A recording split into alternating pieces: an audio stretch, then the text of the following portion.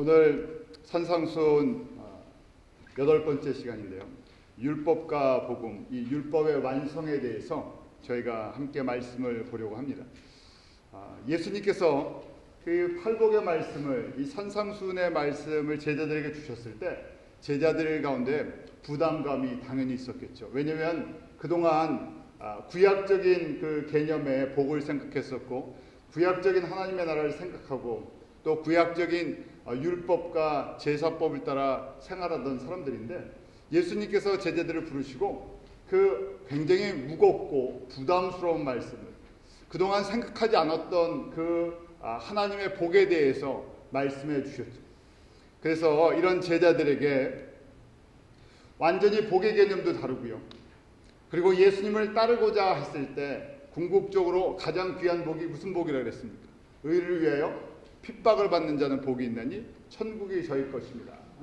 이 팔복의 마지막 말씀을 주셨을 때 저희들도 다 알아도요, 저희는 예수님의 온전하심을 다 보고 듣고 이 말씀을 통해서 증거를 받은 저희들도 십자가를 질 수 있나 그러면요, 그렇게 십자가를 지겠습니다 하고 선뜻 이야기는 못하죠. 입술로는 얼마든지 할 수 있지만 그 상황이 됐을 때, 내가 십자가를 진다는, 나를 철저히 부인하고 희생해야 한다고 했을 때 기꺼이 그렇게 고백하며 따라갈 수 있을까 하는 것이 저희들에 대한 도전이죠. 예수님께서 제자들을 부르셨을 때도 제자들이 이게 무슨 말씀인가 부담스러웠고, 또 결코 이렇게 마음이 이렇게 가벼웠던 그런 말씀이 아니죠. 이런 제자들에게 그들이 생각했던 것은 율법적인 구약의 규례에 차있던 사람들에게요, 이제 그들 수준으로, 저희들 수준으로 말씀을 해주시는 것이, 이제 구체적으로 팔복의 삶을 적용하는 것이 소금이 되는 것이고, 소금이 될 때 그 다음 빛이, 예수님의 생명의 빛을 발할 수 있다 그랬었잖아요. 근데 구체적으로 보면 그 제자들이 우리는 율법을 갖고 있었고, 율법 지키면 우리가 거룩한 삶을 산다고 생각했는데 도저히 율법이랑 이거는 잘 안 맞는 부분이 있습니다 하고 의문을 갖고 있을 때 예수님께서 구약의 율법과 예수 그리스도의 복음이 무엇인지를 설명해 주시는 부분이 바로 오늘 말씀입니다. 지난주에 저희가 빛의 역할을 하려면 성결의 삶이 가장 중요하다 그랬어요. 결국 성도의 삶도 성결이고요, 교회의 능력도 성결 가운데, 그리고 빛의 역할을 하는 것은 그리스도의 마음을 전하는 것이기 때문에 수직적인 사랑이 또 가장 우선돼야 되는데, 예수님만 사랑할 수 있냐, 아니면 내 안에 있는 우상들을 버릴 준비가 되어 있느냐 하는 것이. 그래서 누구나 다 우리 안에 우상들이 있지. 그 우상들을 어떻게 찾아내느냐 하는 것이 심령이 가난한 자라고 말씀드렸어요. 그럴 때 내 안에 예수님께서 나를 다스리기 시작하시죠. 이렇게 빛의 갑옷을 입고 예수 그리스도를 이제 증거하는 것이 이제 빛의 역할인데요, 오늘은 예수님께서 율법을 나는 완전케 하러 오셨다고 말씀을 하기 시작했어요. 율법적인 개념이 있던 제자들에게, 그러면 내가 율법을 없애러 온 것이 아니라 율법을 완성하기 위해서 완전케 하러 오셨다는 것입니다. 이 말씀을 이해하려고 그러면요, 오늘 5장 17절 예수님께서는 구체적으로 율법의 기준과 하나님의 기준에 대해서 설명을 해주십니다. 5장 17절 우리 한번 다시 같이 읽어보죠. 5장 17절입니다. 시작. 내가 율법이나 선지자나 폐하러 온 줄로 생각지 말라. 폐하러 온 것이 아니요 완전케 하려 함이로다. 제자들이 이 팔복의 말씀을 들었을 때 이게 율법이랑 무슨 상관이 있습니까? 이 복이 율법을 지키는 것과 무슨 상관이 있습니까? 하는 의문을 갖고 있을 때 예수님께서 내가 선지자들이나 모세 오경이나 십계명이나 그들이 알고 있었던 구약의 규례들을 없애러 온 것이 아니라 완전케 해주려고 했다. 다시 이것을 조금 생각해 보면요, 모세를 통해서 주셨던 그 율법이 아직 미완성이라는 얘기예요. 완전하지 않다는 것이. 하나님의 말씀이지만 빠진 부분이 있다는 얘기예요. 좀 더 쉽게 생각하면요, 하나님의 기준을 구약 때 완전히 다 가르쳐줬으면 사람들이 듣지도 못하고요, 감당할 수 없는 수준이라는 것입니다. 저희가 보면 율법, 구약의 이 규례도요 굉장히 어렵습니다. 구약의 이 율법을 지키는 것도 굉장히 힘든데요, 하나님의 기준은 구약의 율법은요, 어떻게 보면 맛보기 정도라는 거예요. 하나님이 하나님 수준으로 말씀을 하시면 저희가 깨닫지도 못하고요, 감당을 할 수가 없어서요, 저희 눈높이로 이스라엘 백성이라는 하나님의 백성을 통해서 너희들이 감당할 수 있는 사람의 수준으로 이야기를 해주신 것이죠. 그렇지만 이것이 완성품이 아니고요, 완전한 것이 아니라는 얘기예요.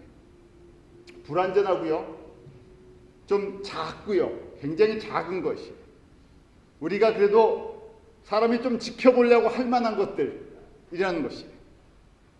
그래서 예수님께서 너희들 내가 하나님 수준으로, 하나님의 아들이시니까요, 하나님 수준으로 이걸 다시 해석해 주시는 거예요. 율법을 지키면 거룩해지고, 율법 지키면 복받고, 율법 지키면 하나님의 나라에 그 영광을 나타낸다고 생각하는데, 그러면 율법에 대해서 사람의 수준으로 얘기했던 구약이 아니라 하나님 수준으로 내가 좀 정리를 해서 설명해 주시겠다. 한번 들어보라는 얘기예요. 그래서 율법은요, 하나님의 의의와 하나님의 양심과 하나님의 성품이에요. 하나님의 본성이 그 안에 들어가 있어요. 하나님의 가장 기본적인 본성이 그 우리가 사랑과 공의라고 이야기하잖아요. 하나님은 사랑이시고 의로우십니다. 하나님의 의로우심은요, 어떤 것과 타협이 될 수가 없어요. 깎아질 수가 없다는 얘기예요. 우리가 뭐 타협하려고 그랬죠. 딜하려고 그러는데, 하나님의 의의는요, 어떤 것으로도 딜이 되지 않는 것이에요. 그래서 그 하나님의 의의, 하나님의 기준에 대해서 예수님께서 이제 하나씩 설명해 주십니다. 그러면서 19절, 20절 보면요, 이 계명, 이 히브리 문자를 보신 적이 있으시죠? 그 길에나 이렇게 다니면요, 여기 유태인들이 많이 사니까 히브리 글자가 있는데, 히브리에는 점을 어디에 찍느냐에 따라서요, 이 단어가 바뀌어요. 그래서 점 1.1핵이라고 돼 있는데, 왜냐면 점을 이쪽에 붙이냐 이쪽에 붙이냐, 점을 위에 붙이느냐 옆에 붙이냐 해서 이 점이 모음의 기능도 하고요, 그 다음에 발음의 기능도 합니다. 그래서 모음을 어디다 붙이느냐에 따라서, 점을 어디다 붙이느냐에 따라서 단어가 바뀌어버려요. 그런데 예수님께서 말씀하시기를 우리에게 주신 구약의 율법의 1.1핵도 어떻게 하신다고요? 다 이루신다는 얘기예요. 왜냐하면 하나님의 완전한 그 기준에 비하면 이거는요, 완벽하게 다 이루실 거라는 거예요.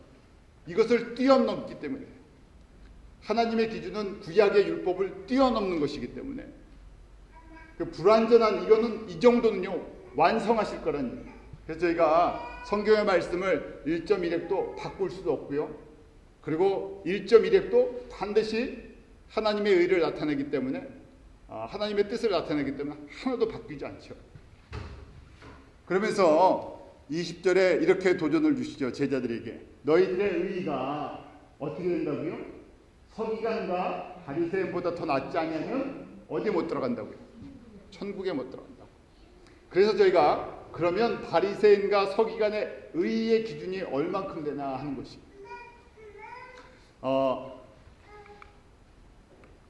서기관은 지금으로 얘기하면요, 신학자들이에요. 신학자들, 성서학자들, 연구하고요. 10계명이 10개 정도 되잖아요. 10개인데 10계명을 너무 피상적이라는 거예요. 이걸 10개를 지키려고 그러면 안식일을 지켜라 그러는데, 안식일을 어떻게 거룩하게 지키는지, 이래서 그 구약에 있는 세부상 한 600개의 규례를 갖다가 22,000개를 만들었어요. 서기관들이 그거 연구하는 사람, 이거 어떻게 하면 실질적인 삶에 적용을 할 것인가, 그래서 그걸 갖다가 또 지켜서 가리키고 지켜나가는 사람들이 바리새인들이죠. 저희로 얘기하면 정통 보수예요. 서기관들이 연구하는 어떻게 하면 하나님의 율법을 세부적으로 실질적으로 지켜나갈 건가, 그 법을 이제 연구해서 만들어 놓으면 바리새인들이 그걸 가리키고 그대로 살려고 하는 거예요.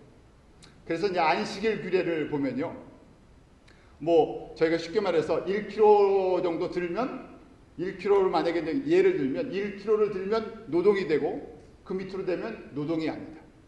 그 다음에 안식일의 규례가요, 제가 자료를 보니까요, 안식일을 지키는 그 규례가 39가지가 나와 있어요. 바느질을 하면 일을 한 거예요.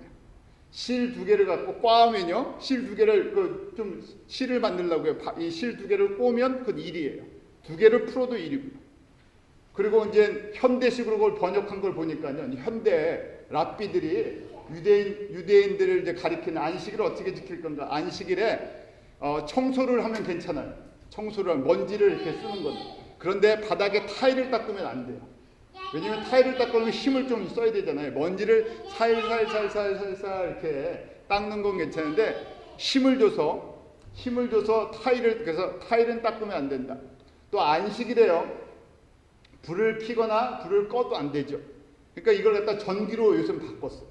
요새 전기로 바꿔갖고 정통 그 유대인들은요 전기를 안 써요. 안 써야 돼요. 근데 그 규례가 재밌어요. 이방인이 켜는 전기는 괜찮다는 거예요. 집에 그래서 원래 히터를 안 쓰는데요. 안식일 날. 그런데 이방인이 켜면 괜찮대요.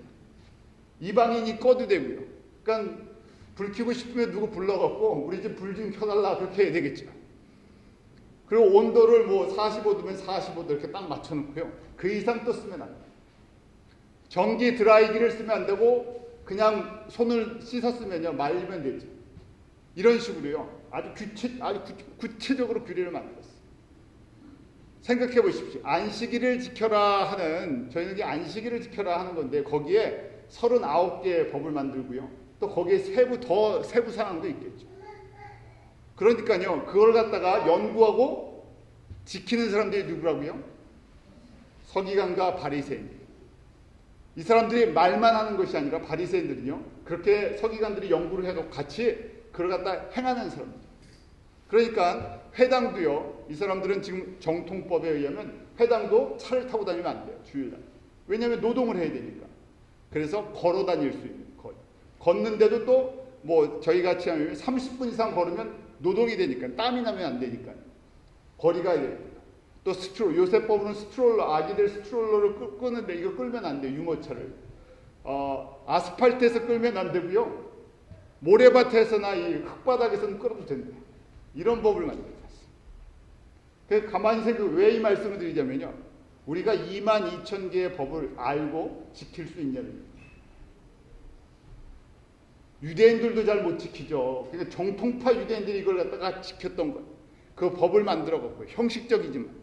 그런데 예수님께서 뭐라고 말씀하십니까? 너희의 의가 제자들에게요. 서기관과 바리새인의 의보다 낫지 않으면 더 하지 않으면 결코 천국에 들어가지 못한다. 천국에 들어가지 못한다는 얘기를 쉽게 얘기하면 무슨 얘기예요? 구원받지 못한다는 얘기. 잘 생각해 보시오. 그래서 이제 예수님께서요 구체적으로 하나씩 말씀을 유대인들, 바리새인들, 서기관들이 갖고 있던 기준 거기에 진짜 하나님의 기준을 갖다 말씀하세요. 그래서 이제 5장 21절부터 구체적인 법을 하나씩 적용하세요. 구약에 살인의 죄가 있죠. 살인하지 말라고 십계명에 말했죠. 그 마태복음 5장 21절에 보면 옛사람에게 말한 바 살인하지 말라. 누구든지 살인하면 심판을 받게 되리라. 라고 말씀하시죠. 심판을 받죠.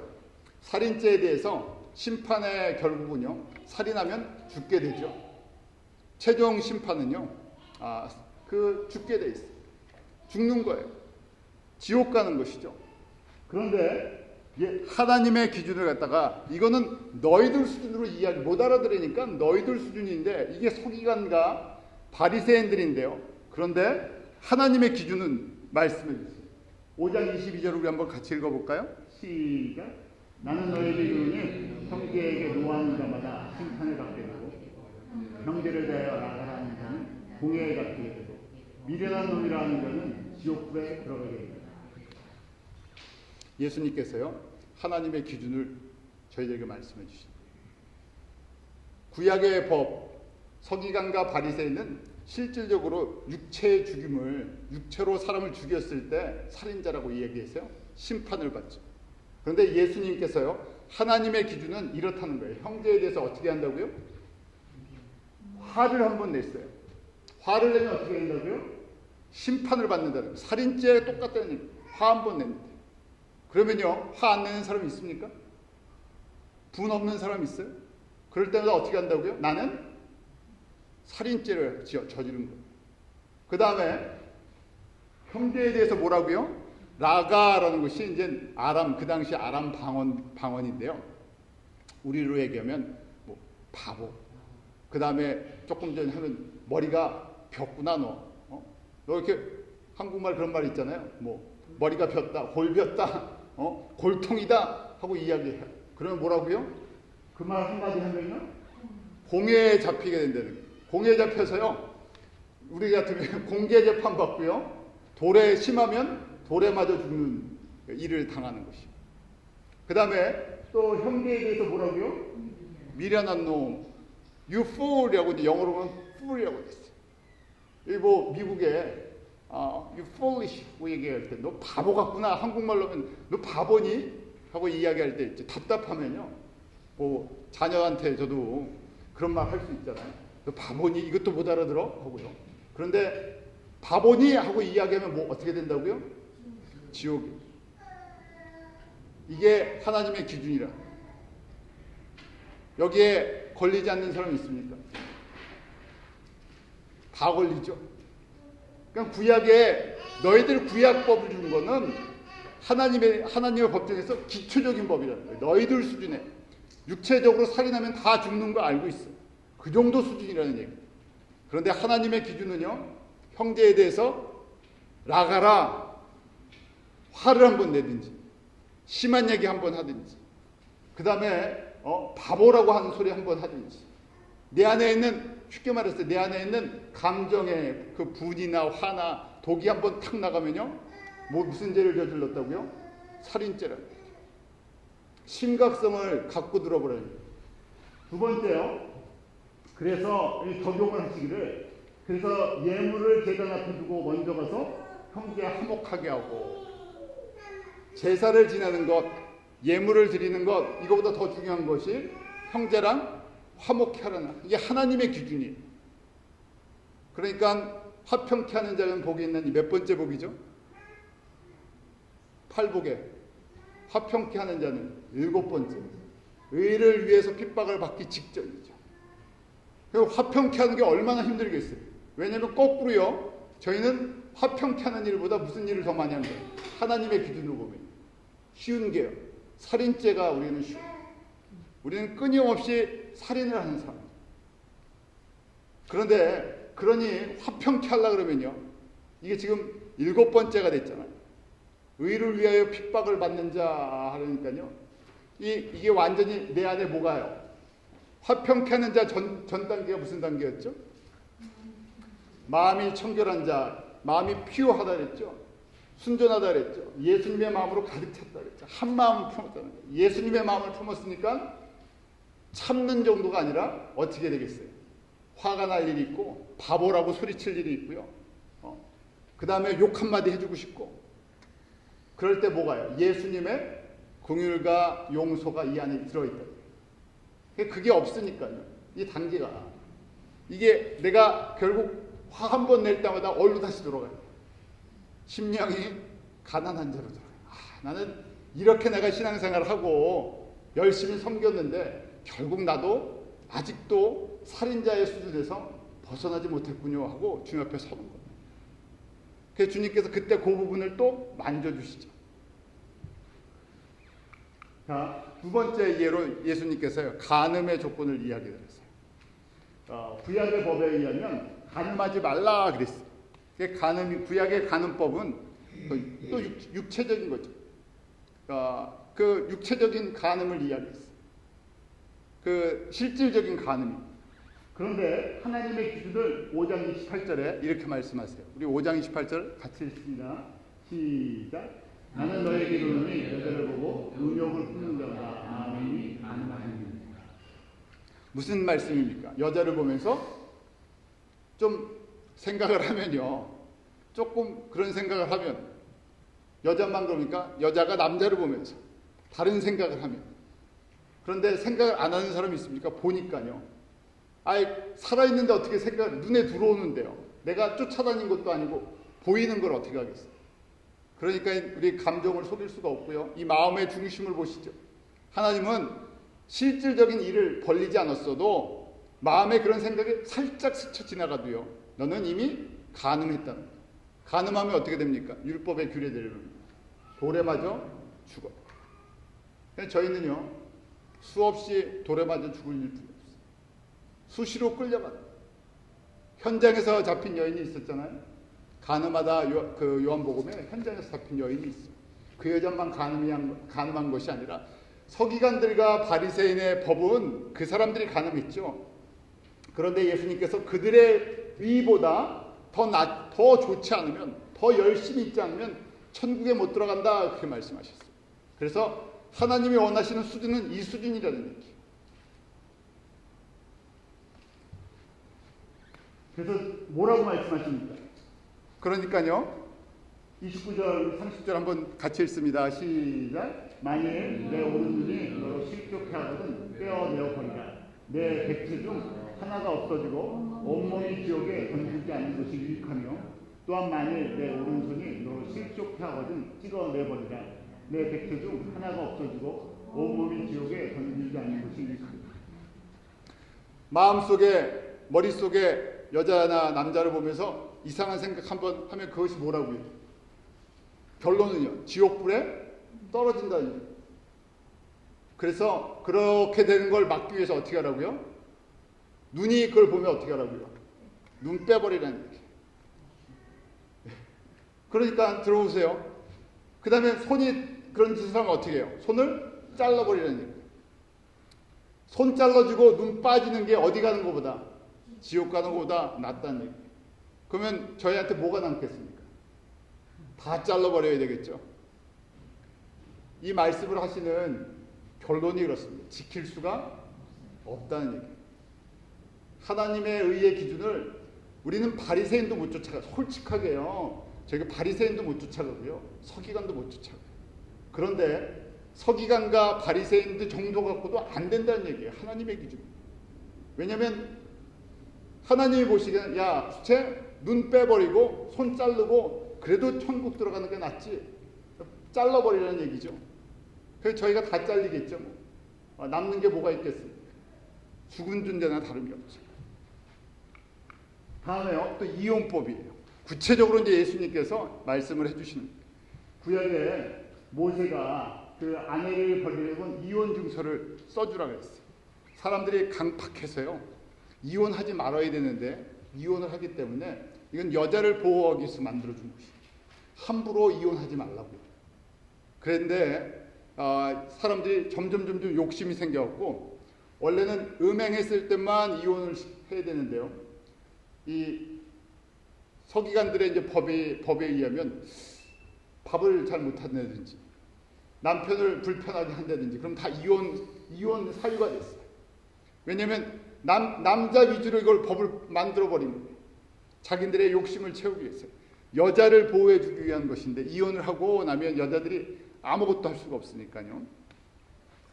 그런데 예수님께서 뭐라고 말씀하십니까?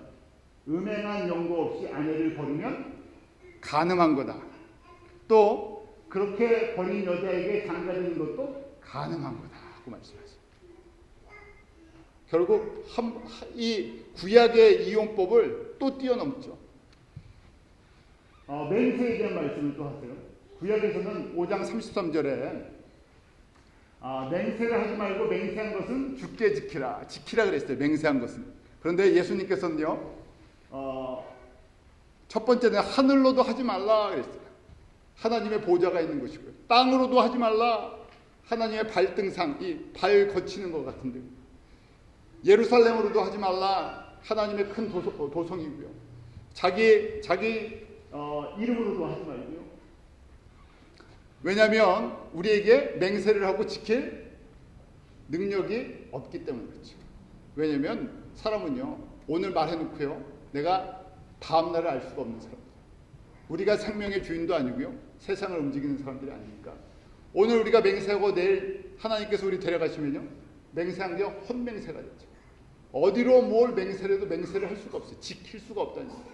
사람은요, 신실하지 않다는 걸 갖다가 주님께서 말씀하시죠. 그래서 옳은 건 옳고 아닌 건 아니다, 그렇게만 얘기해야죠. 우리가 내가 맹세하는데 내가 꼭 지키겠습니다 하는 이야기 자체가 우리가 거짓말을 한다는 얘기예요. 하나님이 보시기, 하나님 앞에 아무리 맹세를 해도 맹세하는 게 중요한 게 아니라 할 수 있는 건 하는 거고요, 못하는 건 못하죠. 결국 못하는 게 더 많죠. 거짓말이잖아요. 저희가 얼마나 하나님 앞에 기도하면서요, 내가 이거 들어주시면 이거 하겠습니다, 이거 하겠습니다, 이거 하겠습니다 하는데요, 그 상황이 그렇게 되면 또 마음이 또 바뀌잖아요. 그 다음 이제 배상법이에요. 배상법의 대표적인 게 눈은 눈, 이는 이. 사람에게 상해를 줬든지 손해를 보게 했으면 똑같이 해줘야 돼요. 자, 그래서 예수님께서요, 구약의 배상법에 대해서, 보복법에 대해서 눈은 눈으로, 이는 이로 갚으라고 말씀하셨어요.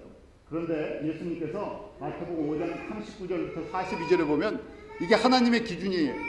사람은 똑같은 걸 갖다가 해줄 수 있는 수준이잖아요. 그런데 하나님은 오른뺨을 때리면 어떻게 하라고요? 왼뺨을 때려라. 맞았는데 분이 나는데요, 비슷한 거 한번 때려야지. 그런데 그 다음에 뭐라고 또 말씀을 하세요? 속옷을 달라 그러면 겉옷을. 속옷이 비쌉니까? 겉옷이 비쌉니까? 예수님 당시에 겉옷이에요. 뭐 겉옷이 지금처럼 이렇게 많이 갖고 다니는 것이 아니라 그 목자들이나 양을 치던 사람들, 이 겉옷 하나가 외투고 또 잠잘 때 쓰는 또 이불이고, 이 전부예요. 전 재산과 같은 건데 속옷이 뭐 있겠습니까? 요새는 속옷도 비싸지만요, 옛날에는 속옷이 뭐 있겠어요? 그런데 더 귀한 것을 벗어주라는 얘기예요. 그 다음에 사람이 억지로 오리를 가자 그러면 어떻게 하라고요? 심리. 누가 이것 좀 하고 시키면요, 억지로 시키는 게 아니라 내가 자원해서 심리를 가집니다. 그 다음에요, 40절 뭐라고 되어 있습니까? 구하는 자에게 주며 꾸고자 하는 자에게 거절하지 말라. 주의 조건을 붙이지 말라. 필요해서 달라 그러면요, 그냥 주라는 얘기. 여기서 지킬 수 있는 게 하나도 있습니까? 하나도 못 지켜요. 저희는 오리 가자 그러면 어떻게 하면 덜 갈 수 있을까? 피해 갈 수 있을까? 그러고요, 나에게 항상 중심이 내가 손해볼까 안 볼까 하는 생각을 하잖아요. 팔복의 삶의 소금이 되는 과정은 나를 희생하는 것인데요, 저희가 예수를 믿어도 항상 머리로 계산을 하죠. 내게, 그러니까 저희가 주님 앞에 섬기는 것도 계산하고 섬겨요. 이거 하면 뭘 받을 수 있을까? 그것도 하나님 나라에서 받는다 그러면 그 별로 생각이 없어요. 지금 제자들이 똑같은 거예요. 저희들이랑 거의 똑같아요. 똑같은 사람들이니까. 이 땅에서 뭘 받냐, 내가 이만큼 드렸으면, 이만큼을 했으면 뭘 받느냐 하는 전부 세상법 계산이죠. 율법도 전부 세상법, 사람들이 할 수 있는 수준. 아니, 주님께서요, 아예 원천적인 걸로 바꿔주고 계세요. 자, 그래서요, 결국 뭡니까? 구약에는요, 눈은 눈으로, 이는 이로 있는데요, 예수님의 하나님의 기준은 뭡니까? 사랑의 법이 있다. 그래서 그 다음에 이웃사랑에 대해서 말씀하시죠. 우리 5장 43절, 44절 같이 읽겠습니다. 시작. 또 내 이웃을 사랑하고 원수를 미워라 하였다는 것을 너희가 들었으나 나는 너희에게 이르노니 너희 원수를 사랑하며 너희를 핍박하는 자들에게 기도하라. 앞에 43절이 훨씬 저의 듣기가 좋죠. 이웃은 사랑하고 원수는 미워하라. 그런데 밑에 예수님께서 하나님의 온전하신 기준을 말씀하시는데 뭐라고요? 이웃 사랑하고 원수도 사랑하라. 왜 그러셨겠어요? 원수였던 우리를 예수님께서 사랑해 주시고, 원수였던 우리를 위해서 자신의 생명을 주셨고, 자기의 모든 것을 포기하셨어요. 그래서 저희가 복음, 십자가의 복음을 쉽게 듣지만요, 그 안에 깊이 묵상하지 않으면 하나님의 사랑이 전달이 되지 않아요. 우리가 아직 죄인 되었을 때, 우리가 아직 원수 되었을 때 예수님께서 우리를 위해서 죽으시고 부활하셨죠. 그래서 하나님의 사랑이 무엇인지를 보여주셨어요. 구약의 법 기준으로 보면요, 이웃, 나에게 사랑하는 사람 사랑해주고 나를 미워하는 사람은 같이 대적하면 되는 거였죠. 근데 예수님께서 그건 하나님의 법이 아니고요, 우리 수준이라는 거예요. 그래서 완전한 하나님의 성품이라고 했죠. 율법은요, 하나님의 양심이고 하나님의 의예요. 하나님의 의의 기준은요, 원수도 사랑해 주신다. 원수를 사랑하시지 않았으면 우리를 구원하시려 이 땅 가운데 오시는 이 준비를 하시고 보여주실 이유가 하나도 없죠. 자, 저희가요 이 말씀을 보면서요, 왜 하나님께서 우리에게 그러면 이렇게 어려운 율법을 예수님을 통해서 말씀을 해주시는 것인가? 저희가 지금 그냥 하나씩 점검해봤지만요, 한 가지도 지킬 수도 없는 거예요. 우리가 사실은요 구약의 율법도 못 지켜요. 사람들이 만들어 놓은 바리새인들이나 서기관들이 지켰다고 하는 그 수준도 저희는 도저히 못 지잖아요. 구약의 제사법을 저희가 지킬 수 있겠습니까? 구약의 무슨 율례를 저희가 제대로 다 지킬 수 있겠습니까? 그냥 뭉뚱그려서 십계명이라 그러니까 크게 넓게 십계명이라 그러니까 그 정도 그냥 생각하는 거죠. 그 안에 세부적으로 좀 들어가면요 저희한테 전부 다 걸리는 거예요. 그런데 예수님께는 그것도 사람 수준이라는 얘기예요.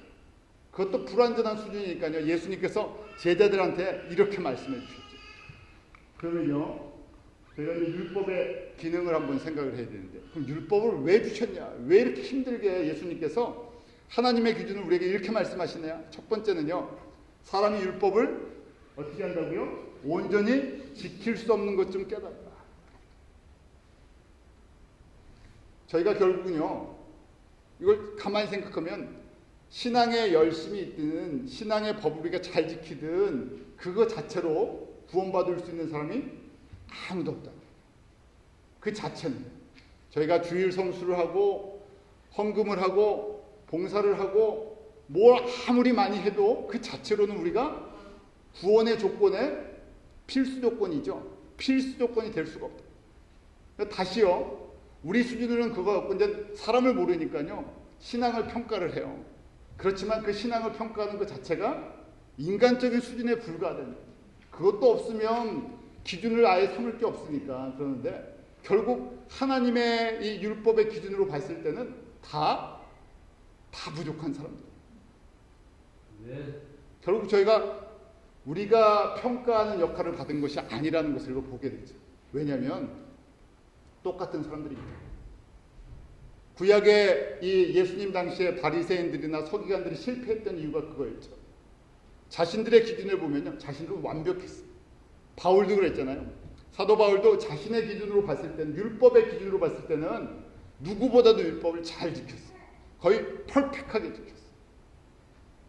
그래서 자기가 의롭다고 생각했죠. 하나님의 의의 기준을 만족시켰다고 생각했어요. 그렇기 때문에 예수님을 믿고 따르는 사람들을 잡으려고 했고 죽이려고 했었어요. 왜냐하면 자기는 율법의 기준으로 봤을 때 완벽하다고. 그런데 예수님께서요 율법의 기준을 저희에게 높여주셨죠. 율법에 패스하려고 그러면 그 기준이 바리새인과 서기관보다 더 높아야 되고, 그 기준이 무엇인가 하나씩 설명을 해주신 거죠. 걸리지 않는 사람이 없어. 다 걸리죠. 그래서 이거는 사람이 온전히 지킬 율법이 하나도 없다는 거죠.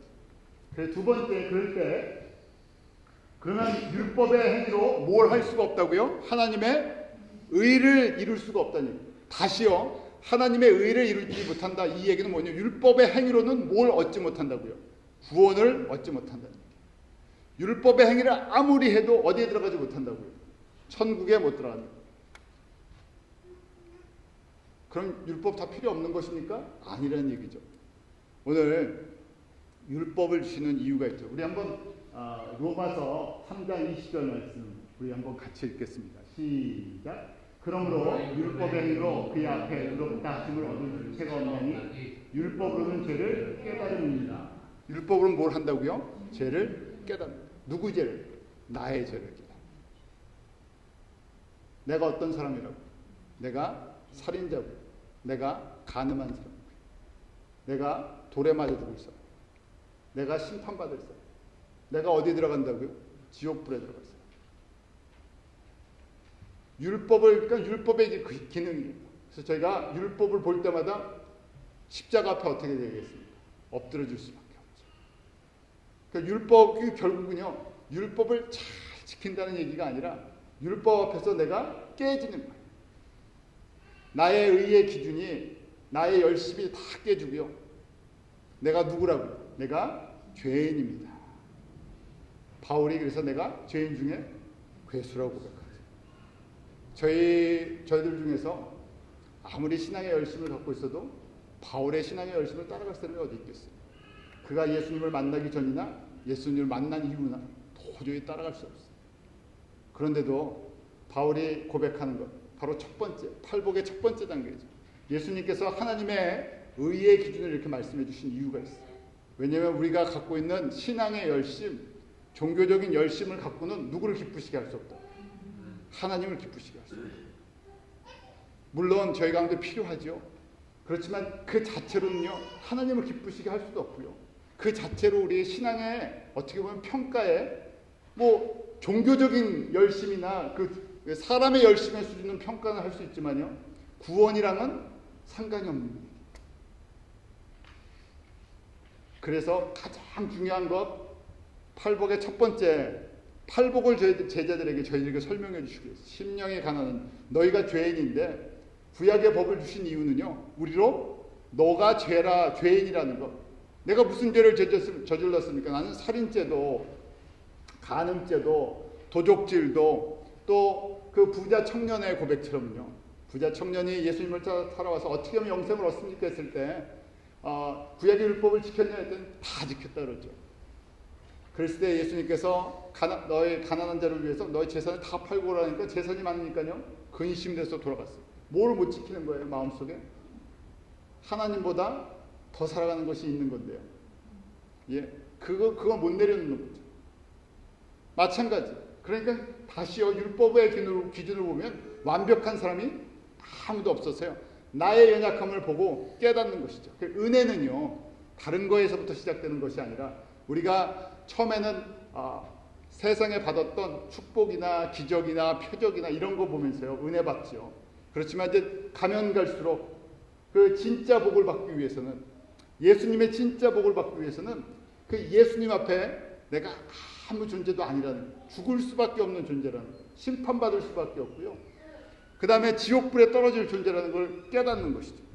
그래야 그 다음에 주님 앞에서요, 애통하게 되고요, 그 다음에 주님 앞에서 매달리기 시작해요. 그래서 율법을 뭐라고 얘기하냐면요, 몽학선생이다 하고 얘기해요.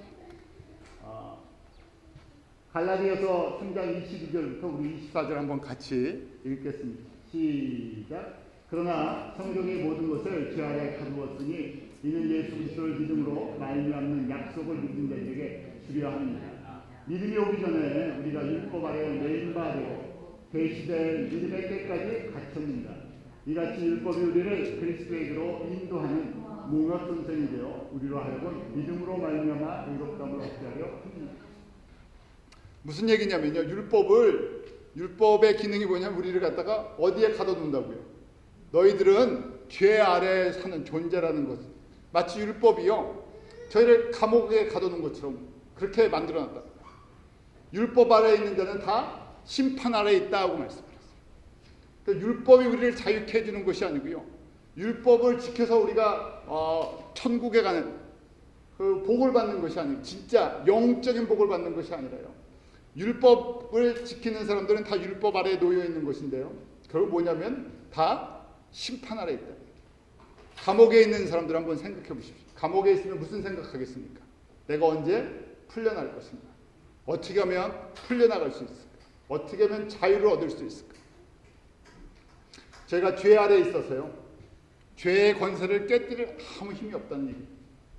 그래서 감옥에 있는 사람에게는 유일한 소망이요, 언제 내가 이 감옥을 벗어날 것이 있나. 그런데 바로 구약의 모든 약속이 너희들을 죄의 죽음의 감옥에서 벗어날 분이 계시다는 것이죠. 그분이 하나님의 아들 예수 그리스도, 여자의 후손으로 오시는 예수 그리스도를 통해서, 메시아를 통해서 너희들이 감옥에서, 율법에 갇혀있는 감옥에서, 죄의 사슬에 갇혀있는 죽음의 감옥에서 벗어난다는 것이죠. 그러니까 저희가 그것을 인식을 할 때, 예수님을 만날 때 무슨 고백이 있겠습니까? 자유를 얻는 것이고요, 감격이고, 내가 어떻게 할 수도 없는 이 하나님의 의의 기준에 갇혀갖고 죄의 삶을 살다가 그때 이제 구원받은 이 정말 표현할 수 없는 은혜가 임하는 것이죠. 결국 은혜가 임하려면요, 내가 감옥에 갇혀있다는 깊은 깨달음이 있어야 됩니다. 그래서 율법을 몽학선생이다 그랬는데, 몽학선생은 우리 한국말로 개인 교사, 목적지까지 인도해주는 가이드 같은 것입니다. 그러니까 결국 그냥 율법은 누구에게로 인도해 준다고요? 목적지인 예수님께로 인도. 예수님 없이는 소망이 없다는 것이죠. 예수님 없이는 자유가 없다는 것이고, 예수님 없이는 이 율법의 틀에서 벗어날 길이 없다. 그래서 이 율법의 기능을 제대로 알면 누구를 만나게 된다? 예수님을 만날 수밖에 없다. 결국 종교의 행사나 그 다음에 규례나 제사법이나 예물이나 누구를 만나는 과정이라고? 예수님을 만나는 과정. 이것이 가장 중요한 것이에요. 그래서 예수님은요, 하나님께서 사무엘을 통해서도 지난주에 저희가 말씀 보았잖아요. 하나님이 그 제사 자체를 받으시려고 동물의 피나 기름이나 그런 걸 받으시려고 그걸 하라고 하시는 것이 아니죠. 그걸 과정을 통해서 누구에게로 인도하시려고? 예수님. 왜냐하면 우리 죄인들이요, 오늘이 수요일이죠. 오늘이 용키포잖아요. 오늘이 1년에 한 번 대제사장이 백성들의 죄를 위해서요, 그 지성소에 들어가서 그 하나님으로부터 죄 사함을 받는 거죠. 그 연습을 1500년을 하고 예수님이 오셨어요. 결국 구약의 모든 것은 그 자체의 형식이 중요한 게 아니라 누구를 보라고요. 몽학 선생이니까요, 선생이 중요한 게 아니고 몽학 안내자가 중요한 게 아니죠. 안내자의 역할은요, 목적지까지 데려다 주는 거예요. 율법을 구약의 율법을 보면서, 구약의 규례들을 보면서, 구약의 말씀을 보면서 누구를 봐야 돼요? 예수님을 만나요. 어디서 만납니까? 예수님. 십자가에서. 그것이 우리 신앙생활의 처음이고요, 완성이라는 얘기예요. 이게 떠나버리면, 이게 본질인데 이게 빠져버리면요, 전부 엉뚱한 걸 다시 거꾸로요, 다시 종교행위로 돌아가버려요. 주일도 지키는 것도 종교행위로 바뀌어버리고, 누구를 만나는 감격이 없어져 버리고, 예수님. 주일을 아무리 잘 지켜도 주일날 누구를 만나는 기대가 없으면요, 예수님을 만나는. 그래서 예배에 성공한다 안 한다 다른 것이 아니라요, 주일날 아무리 많은 걸 해도 누구를 만나지 못하면 예수님을 십자가에서 만나는. 근데 누구라고요? 저희가 예수님을 만나러 가는 저희가요, 살인자라는 거예요. 그러니까 예수님의 오른편과 왼편에 있던 행악자, 그 강도 두 사람 생각하셔야죠. 그래서 저희가 그러면요, 할 말이 없어져. 주님 앞에 나올 수 있다는 것만 해도, 내가 예배를 드릴 수 있다는 것만 해도, 주님 앞에 설 수 있다는 것만 해도, 내가 주님을 섬길 수 있는, 아무리 작은 것이라도 섬길 수 있다는 것 자체가 감격이에요. 그래서 저희가 성경 공부를 많이 하잖아요. 성경 공부하는 목적도 누구에게로 인도해 드리려고? 예수님을 만나야 돼요. 십자가의 예수님. 내가 죽을 수밖에 없는 살인자인데요, 간음한 사람인데, 돌 맞을 사람이고요, 심판받을 사람이고, 지옥불에 들어갈 사람이고, 그런데 예수님 만나서요, 생명을 얻고 용서함을 받고 제2의 인생을 살고 하늘의 영광을 살 수 있다니까요. 이건 완전히, 이건 진짜 복이죠. 제자들에게 지금 이 말씀을 주신 거죠. 그래서 가장 값진 선물, 우리가 받는 선물 누구십니까? 예수님입니다. 이것이 하나님이 주시고자 하는 복입니다. 그래서 복이 있는 자는 얘기를 하는 것, 심령이 가난한 자는 복이 있다. 왜냐하면 예수로 채워지기 때문이죠. 예수가 없는 심령은요, 아무리 다른 게 채워져도요, 소용이 없다는 얘기예요. 우리가 채울 거 예수님뿐이 없죠. 그 신앙생활의 결정판은요, 예수로 채워지는 거예요. 에베소서 2장 8절 9절이 은혜로 저희가 받는 구원의 그 값을 말씀해 주죠. 잘 암송하는 건데요. 에베소서 2장 8절 9절 같이 읽습니다. 시작. 너희가 그 은혜를 인하여 믿음으로 말미암아 구원을 얻었나니 이것이 너희에게서 나는 것이 아니요 하나님의 선물이라. 행위에서 나는 것이 아니니 누구든지 사람 못하게 하니. 은혜를 인하여, 은혜라는 것은 값없이 받을 자격이 없는 사람에게 주는 선물이라 그랬죠. 선물을 하나님께서요 값없이 주셨어요. 누구에게요? 죄인들에게. 죄 아래 놓여 있는 사람들, 범죄자에게, 사형자에게요 생명을 주시고요 용서를 주셨어요. 하나님의 전적인 선물이에요. 그런데 이것을 어떻게 해요? 그 행악자 한 사람은 끝까지 예수님을 정죄해 버리죠. 근데 그 다른 행악자 강도는 어떻게 합니까? 자기의 죄를 깨달아요. 그래서 예, 그렇습니다. 바로 예수님이 나의 구원이십니다. 하나님의 나라이십니다. 예수님이 나의 전부이십니다. 예수님만이 나를 온전케 하실 수 있습니다. 그것을 고백하는 사람이죠. 그게 믿음이에요. 믿음이 없이는 하나님을 기쁘시게 하지 못한다니 하는 것은 다른 믿음이 아니라 예수님이 율법의 뭐라고요? 완성이라는 거예요. 제가 전에는 그런 생각을 해봤어요. 우리가 율법의 완성이라는 것은 예수님께서 은혜의 점수를 주신다고 생각해왔고요. 보통 저희가 시험 보면 한 30점, 40점, 60점 맞으면 나머지 은혜 점수 줘서 90점, 80점 해서 패스다 이렇게 얘기를 해주는데 이 말씀을 묵상하다가 우리가 점수를 너무 많이 후하게 줬구나. 우리 점수를 너무 많이 줬어요.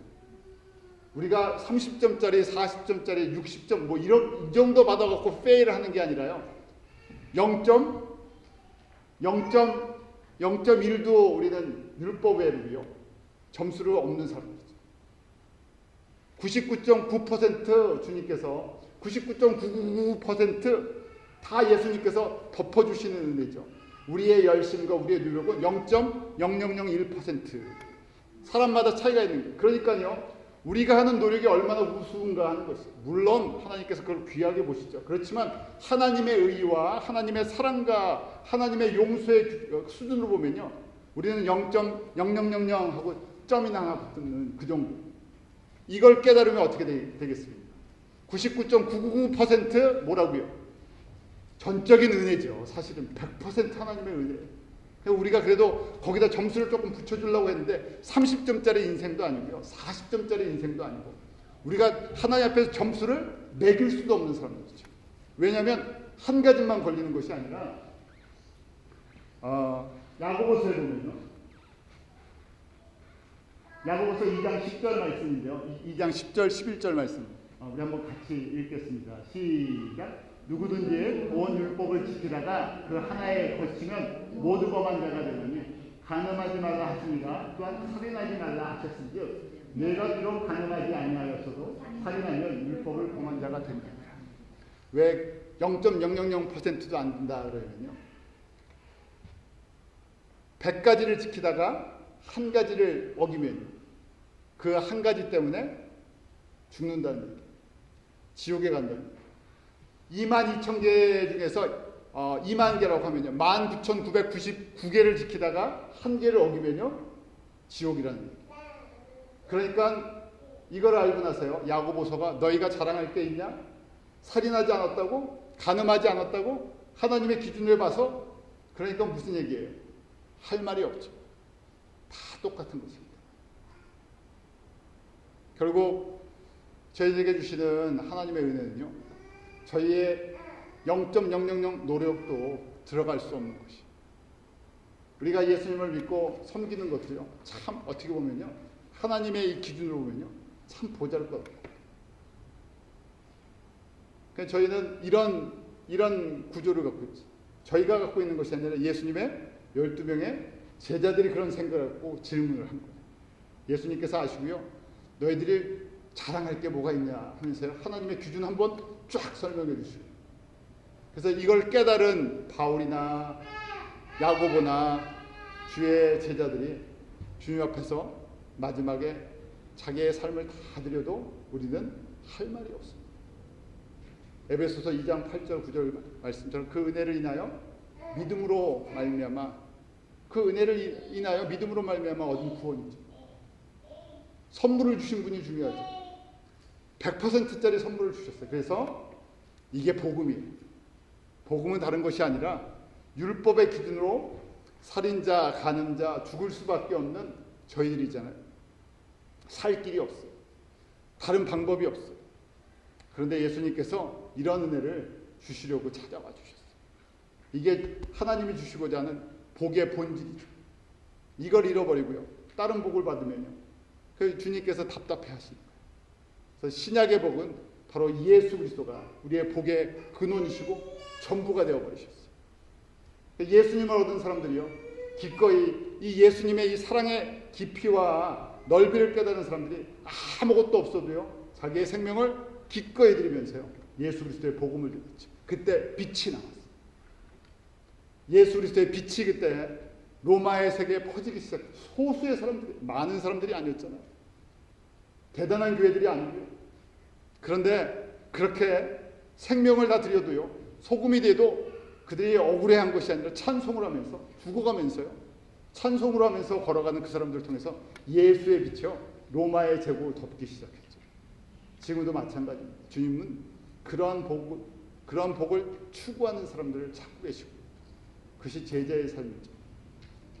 저희가 이 말씀을 묵상하시면서요, 매일 내가 우리가 찬송하는 것처럼 만왕의 왕 내 주께서 왜 고초다, 십자가 다른 것보다 내가 십자가 앞에 정직하게 서는 것, 그것이 우리가 새로워지는 비결입니다.